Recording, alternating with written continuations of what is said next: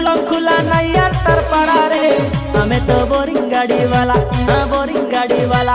जगह देखी कोई खोदरा खोड़ी तो पाई बनाला रे हमें तो बोरिंग गाड़ी वाला हाँ बोरिंग गाड़ी वाला।